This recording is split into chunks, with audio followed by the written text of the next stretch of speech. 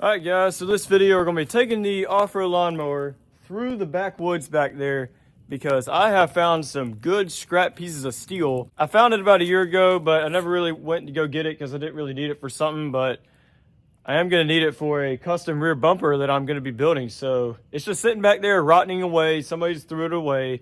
One man's trash is another man's treasure. So we're gonna go back there and get all that steel.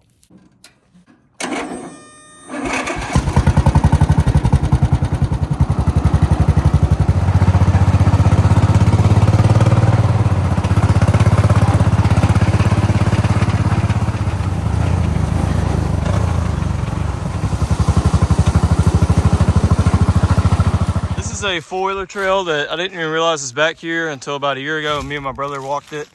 It's not really on our property, which is why I'm not really driving the mower over it. There's all kind of crap out here. It's a big tire right there. I can't remember exactly where it is, but I'll put you back on whenever I find it.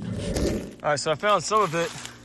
This is a big piece of square tooth steel, pipe steel, another piece of square tooth steel. Being careful about grabbing this stuff because I don't know how long this has been out here.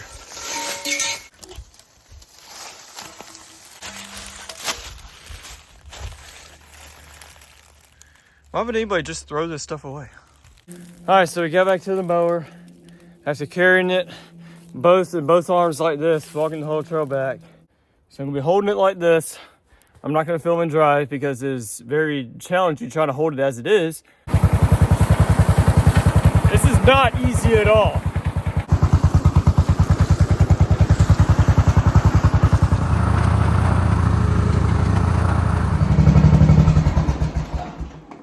It's galvanized, you can't weld it. I'm gonna do it anyway. It'll kill you. It'll be fine. Okay. So yeah, that was not fun at all trying to get all that back. Had to go like first gear the whole way, but whatever. Yeah, it may be galvanized, but I'm gonna weld it anyway. So yeah, that section there is probably like 8 feet long. That's 6 feet. 5.5, 6 feet, something like that. I tell you what, I don't tell you guys to do anything, but you guys better be subscribed if I went out there and gathered all that steel and hauled it all back with the mower to keep you lot happy. Don't know if you can really see that, but the whole piece of metal is actually arched up a little bit.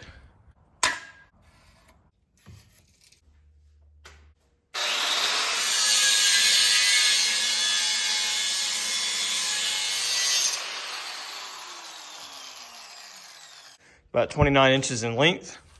I think that has the perfect width to it. Not too wide, not too narrow, should work fine. My two rules mainly about building something is number one, it has to be reliable. That's the biggest thing. Number two, it's gotta be easy to work on. It's kind of hard to do both, but if I can do both, then that's awesome.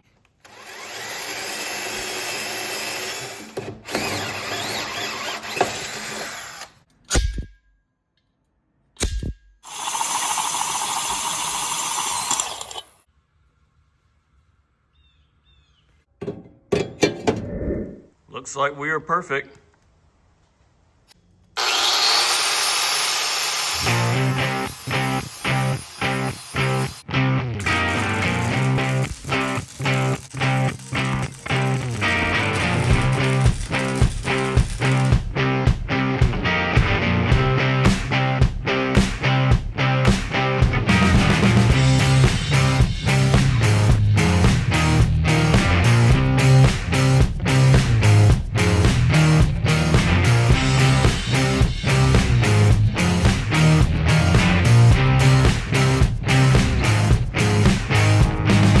Take a look on this inside.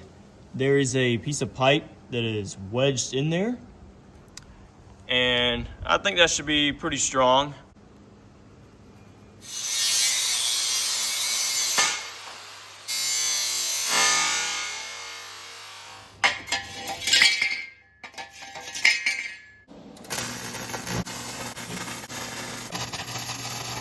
All right, so I'm drilling the holes through the tube steel so I can put my bolt in right here.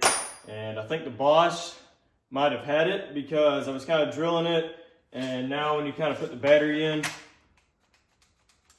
not really doing anything, and the battery still has somewhat of a charge on it. Maybe the motor might have had it, but I've had this thing for like 4 or 5 years, and I've kind of abused this thing. So I'm not going to give it too much grief. It's done a lot for what it is, but it may still work. I don't know, but we got the old skill saw here, finishing this thing off.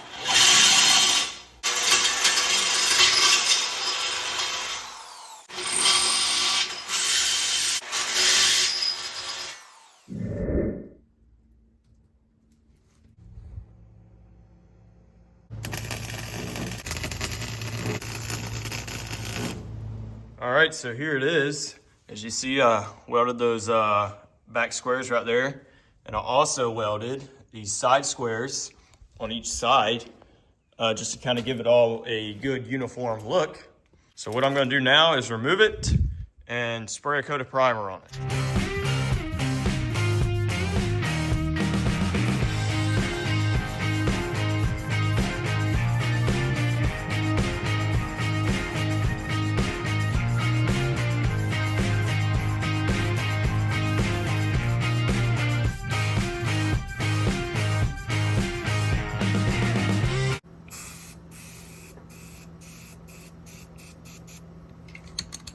All right, so the paint didn't really want to come out too good, so I got it in this warm water here. I'm gonna let it sit in there for a while, and it should spray a little bit better. All right, let's try it again.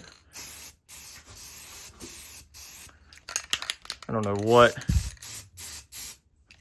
in the crap is going on with the spray paint.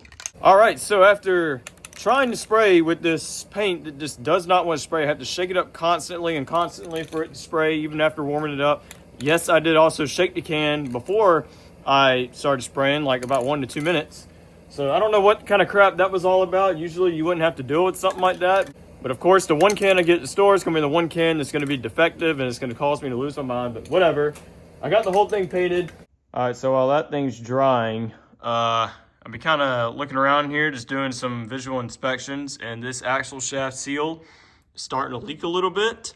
And another thing I noticed is that both the front bracket bolts on both sides completely just fell out, and I think the holes are stripped out in them, which is kind of unfortunate. So I think what I'm going to do is I'm going to find another 5/16 bolt, screw it in there, and then figure out a way on the outside to hold it in place.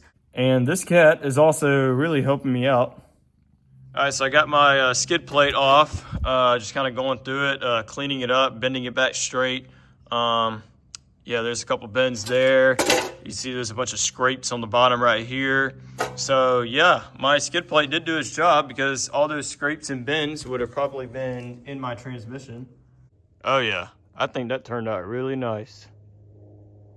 All right, so we are ready to mount the bumper, and I got these pieces of steel pipe that I cut up, and that is gonna go down in there, and the bolt's gonna go right through it, so that way I can tighten the crap out of the bolt, and it's not gonna, you know, bend in this tube.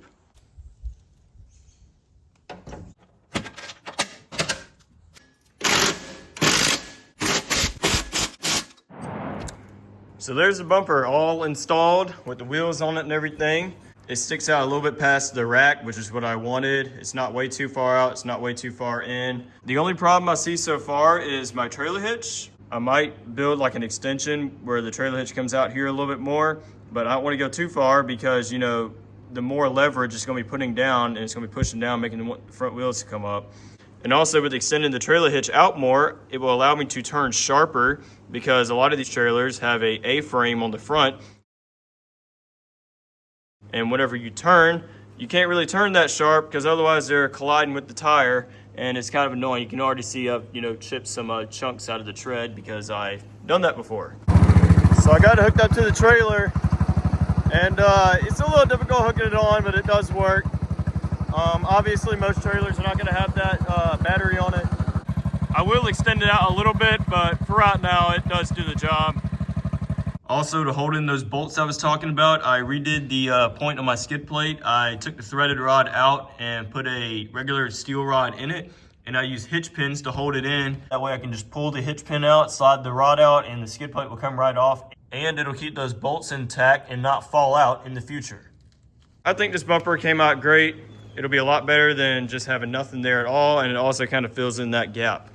No, it is not the most heaviest duty bumper built ever. You know, it's not gonna survive a nuclear explosion or a giant demolition derby or anything. If I wanted to do that, I would get a giant piece of just solid 2-inch squared steel across it with a railroad iron welded across it. But the only problem with that is that it weighs 9,000 pounds, and it would just kind of be complete overkill for something like this. This bumper on the front is made out of like 1/8-inch tube steel, and this is like 2 1/8-inch pieces of steel folded over, and it's about 1/4 of an inch thick. It might look a little bit better if I put a square bumper on the front like that, just like the old Army Jeeps. Again, this is what this mower is themed after. But I'm gonna keep this bumper on here because this is an old bumper my dad made over 20 years ago, and I just have it on there for that sheer fact. So yeah, give me a note in the comments on how you think this turned out. I think it turned out really good. It's not perfect because, you know, this is a off-road lawnmower. Nothing is perfect on a homemade off-road lawnmower. So yeah, y'all should see me in the next one.